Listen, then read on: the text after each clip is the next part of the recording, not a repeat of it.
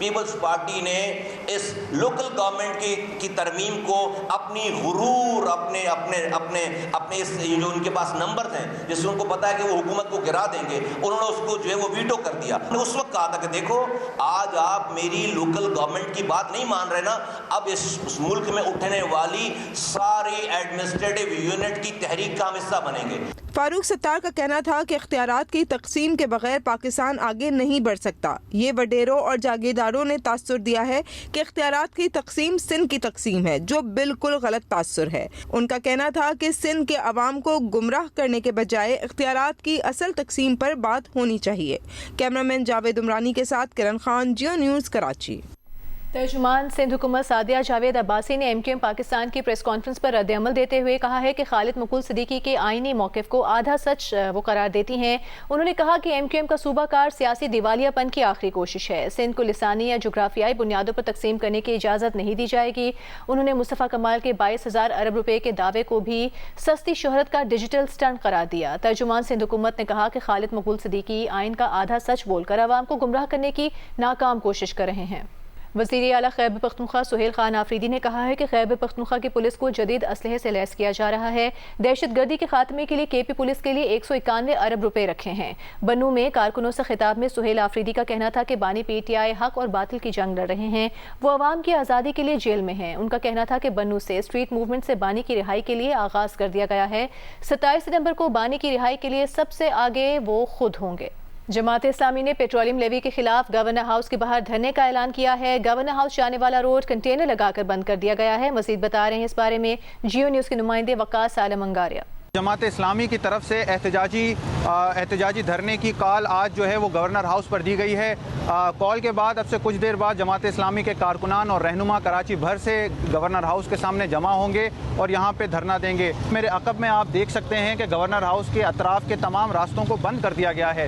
فوارہ چوک سے جو governor house جانے والا رستہ ہے اس پر بھی کنٹینرز لگا کے اس کو مکمل طور پہ سیل کر دیا گیا ہے، جبکہ پولو گراؤنڈ سے جو رستہ گورنر ہاؤس آ رہا ہے اس کو بھی مکمل طور پر کنٹینرز لگا کر سیل کر دیا گیا ہے۔ البتہ ایک سڑک ایسی ہے جو فوارہ چوک سے پریس کلب اور اس کے بعد آرٹس کونسل کی طرف جاتی ہے، وہ رستہ جو ہے عوام کے لیے کھلا ہوا ہے۔ اس کے ساتھ ساتھ ہم نے یہ دیکھا کہ پولیس کی جو ہے وہ بھاری تعداد یہاں پر موجود ہے۔ خواتین پولیس اہلکار ہیں وہ بھی یہاں پر پہنچ چکے ہیں۔ بتاتے چلیں کہ اب سے کچھ دیر بعد جو ہے وہ جماعت اسلامی کے کارکنان امیر جماعت اسلامی کراچی منم ظفر کی قیادت میں یہاں پر تمام جمع ہوں گے اور احتجاجی دھرنا جو ہے یہاں سے شروع ہوگا۔ جی، جماعت اسلامی کے زیر تمام پیٹرولیم لیوی کے خلاف کراچی، لاہور اور پشاور میں دھرنے دیے جا رہے ہیں۔ کراچی میں جماعت اسلامی کی ریلی منم ظفر کی قیادت میں فوارہ چوک تک پہنچ گئی ہے۔ اس سے متعلق مزید بات کریں گے۔ لاہور، کراچی اور پشاور سے ہمارے نمائندگان ہمیں جوائن کریں گے۔ لاہور سے ہمارے ساتھ موجود ہوں گے اعظم ملک، کراچی سے جوائن کریں گے ذیشان شاہ اور پشاور سے ہمارے ساتھ موجود ہوں گے رسول داوڑ۔ اعظم ملک، سب سے پہلے آپ کی طرف آتے ہیں، بتائیے گا لاہور میں دھرنے کی اس وقت کیا صورتحال ہے؟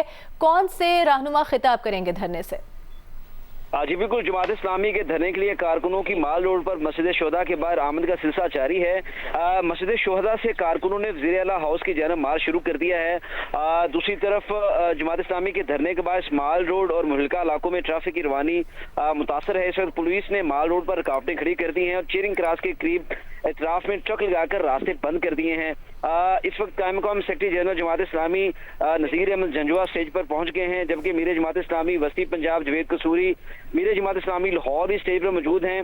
وسطی پنجاب کے امیر جوید قصوری نے کارکنوں سے خطاب میں کہا ہے کہ اوپر تک بات پہنچانے والوں سن لو، ہم بیٹھے ہیں اور جب تک لیوی اور بتا لینے والے لٹیروں سے جان نہیں چھوڑتی وہ نہیں جائیں گے۔ دوسری طرف جماعت اسلامی کے کارکن جو ہیں وہ چیرنگ کراس پہنچنا شروع ہو گئے ہیں۔ دوسری طرف امیر جماعت اسلامی حافظ نعیم الرحمان کے بارے میں اطلاع ہے کہ وہ 7:30 بجے کے قریب چیرنگ کراس پہنچیں گے اور دھرنے کی شرکاء سے خطاب کریں گے۔ اس کے بعد ان کا خطاب ہوگا۔ اعظم ہمارے ساتھ ہی موجود ہے گا، ذیشان آپ بتائے گا کراچی میں کیا صورتحال ہے؟ دھرنے کی کیا شرکاء کی آمد کا سلسلہ جاری ہے؟ تقریباً کتنے لوگ یہاں پر موجود ہیں اور کون سے ایسے قائدین ہیں جو کہ خطاب کریں گے دھرنے کے شرکاء سے؟ جی دیکھیں بالکل اب سے کچھ دیر قبل ہائی کورٹ کے قریب جماعت اسلامی کی بڑی ریلی وہاں پر جمع ہوئی تھی اور پھر پریس کلب کے راستے سے ہوتے ہوئے فوارہ چوک پر پہنچ چکی ہے. تاہم گورنر ہاؤس جانا تھا لیکن گورنر ہاؤس پہ ڈبل کنٹینرز لگائے گئے ہیں. اس کے علاوہ اینٹی رائٹس ونگ کے جو پولیس اہلکار ہیں وہ بھی وہاں پر تعینات کر دیے گئے ہیں. تو اس کے بعد میں فوارہ چوک کے قریب جتنے بھی جماعت اسلامی کے رہنما کارکنان لیڈران جو ہیں انہوں نے وہیں پر ہی دھرنا دے دیا ہے. میں بتا چلوں جو یہ مسجد خضرہ ہائی کورٹ کی جانب سے جو یہ ریلی آئی تھی وہ ریلی امیر جماعت اسلامی کراچی منم ظفر کی قیادت میں یہاں پر پہنچی تھی. منم ظفر اور اس کے علاوہ جو مختلف ان کے لیڈرز ہیں جو رہنما ہیں وہ اس وقت یہیں مین فوارہ چوک پر دھرنا دے کر بیٹھ گئے ہیں. آپ سے کچھ دیر قبل جو ہماری بات ہوئی تھی ان کا کہنا تھا کہ کچھ دیر کے بعد میں کیونکہ دھرنے کا تو آغاز ہو گیا ہے لیکن پھر تقاریر کا سلسلہ شروع ہوگا اور اس کے بعد میں یہ اسی مقام پر دھرنا دے کر بیٹھیں گے. ٹھیک ہے رسول داور، آپ بتائیے گا پشاور میں کس مقام پر دھرنا دیا گیا ہے جماعت اسلامی کی جانب سے؟ بالکل پشاور میں بھی جماعت اسلامی کے زیر اہتمام گورنر ہاؤس پشاور کے سامنے اس وقت دھرنا جاری ہے. دھرنے سے جو صوبے کے جو وسطی کے امیر ہے عبدالواسع انہوں نے خطاب کیا اور انہوں نے کہا کہ یہ دھرنا تب تک جاری رہے گا جب تک لیوی ٹیکس سے متعلق جو ان کے مطالبات ہیں وہ پورے نہ ہو جائے. ان کا کہنا تھا کہ یہاں پہ مرکزی امیر حافظ نعیم الرحمان بھی آئیں گے اور یہ دھرنے کی وجہ سے چونکہ مین گورنر ہاؤس کے سامنے جو روڈ ہے وہ بھی بند ہوا ہے جس کی وجہ سے روڈ میں جو ٹریفک ہے اس کو ڈائیورٹ کر دیا گیا ہے. لیکن آج چونکہ اتوار کا دن ہے کل بھی یہ کہا جا رہا ہے کہ جی روڈ بند رہے گا. اسی طرح گورنر کے ہاؤس کے سامنے یہ دھرنا جماعت اسلامی کا پیٹرولیم لیوی میں ٹیکس واپس لینے تک جاری رہے گا اور اس کا کہنا ہے کہ کارکنان یہاں روز آئیں گے دن اور رات یہ دھرنا جاری رہے گا. شکریہ آپ کا رسول داور. اعظم ملک اور ذیشان شاہ ہمیں جماعت اسلامی کے دھرنے سے متعلق آگاہ کر رہے تھے. کراچی میں جشن آزادی کے موقع پر گدھا گاڑی ریس کا انعقاد کیا گیا. نیٹو جیٹی پل سے کمشنر آفس تک ہونے والی ریس میں کوئل نامی گدھے نے پہلی پوزیشن حاصل کر لی. چیمہ والا دوسرے اور لال بادشاہ تیسرے نمبر پر رہے.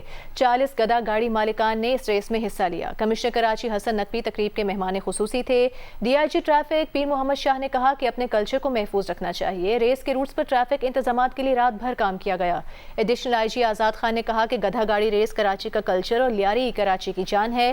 کمشنر کراچی حسن نقوی نے کہا کہ پولیس کے تعاون کے بغیر ایونٹ کامیاب نہیں ہو سکتا تھا.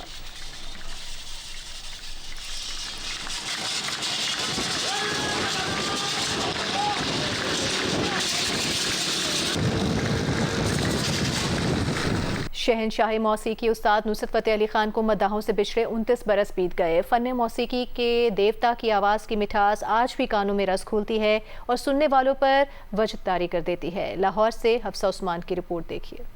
فن قوالی کا درخشاں ستارہ استاد نصرت فتح علی خان، فنی تربیت کی چچا استاد مبارک علی خان نے جادوئی آواز میں صوفیانہ کلام ایسے گایا کہ شہنشاہ قوال قرار پائے. فن موسیقی کے دیوتا نے قوالی کو نئی جہت بخشی. مغربی اور مشرقی دھنوں کا حسین امتزاج مغربی دنیا کو بھی دیوانہ بنا دیا. دم مست قلندر ریلیز ہوئی تو شہرت آسمان کو چھونے لگی. صدارتی تمغہ برائے حسن کارکردگی سمیت متعدد ایوارڈ سے نوازا گیا. 16 اگست 1997 کو 48 برس کی عمر میں اس عظیم گائک کی سانسوں کی مالا بکھر گئی مگر آواز آج بھی زندہ و تابندہ ہے. حفصہ عثمان، جیو نیوز، لاہور. اور اب کچھ بات کھیل کی. بنگلہ دیش کی آسٹریلوی سرزمین پر تاریخی کامیابی. ڈارون ٹیسٹ میں آسٹریلیا کو 9 وکٹ سے شکست دے دی. بنگلہ دیش نے 57 رنز کا ہدف 1 وکٹ کے نقصان پر حاصل کر کے آسٹریلیا میں پہلی بار ٹیسٹ میچ جیت لیا. 2 ٹیسٹ کی سیریز میں 1-0 کی ناقابل شکست برتری بھی حاصل کر لی. میچ میں آسٹریلیا کی ٹیم پہلی اننگز میں 198 اور دوسری اننگز میں 284 رنز بنا سکی. بنگلہ دیش نے پہلی اننگز میں 426 رنز بنائے تھے. ڈارون ٹیسٹ کے چوتھے دن آسٹریلیا نے اپنی دوسری اننگز 161 رنز 4 کھلاڑی آؤٹ سے آگے بڑھائی لیکن کیمرون گرین کے سوا کوئی بیٹر بنگلہ دیشی بالرز کا مقابلہ نہ کر سکا. کیمرون گرین نے 104 رنز کی شاندار اننگز کھیلی لیکن آسٹریلوی ٹیم 284 رنز بنا کر آؤٹ ہو گئی. اسٹیو اسمتھ 44 رنز کے ساتھ نمایاں رہے. مہدی حسن میراز نے 5 وکٹیں حاصل کی. بنگلہ دیش کو آسٹریلوی سرزمین پر تاریخی کامیابی کے لیے 57 رنز کا ہدف ملا. اس کی پہلی وکٹ 4 رنز پر گر گئی لیکن اس کے بعد شادمان اسلام نے 25 اور مومن الحق نے 30 رنز بنا کر اپنی ٹیم کو 9 وکٹ سے فتح دلا دی. یہ بنگلہ دیش کی آسٹریلوی سرزمین پر آسٹریلیا کے خلاف پہلی کامیابی ہے. میچ میں آسٹریلوی ٹیم پہلی اننگز میں 198 اور دوسری اننگز میں 284 رنز بنا سکی.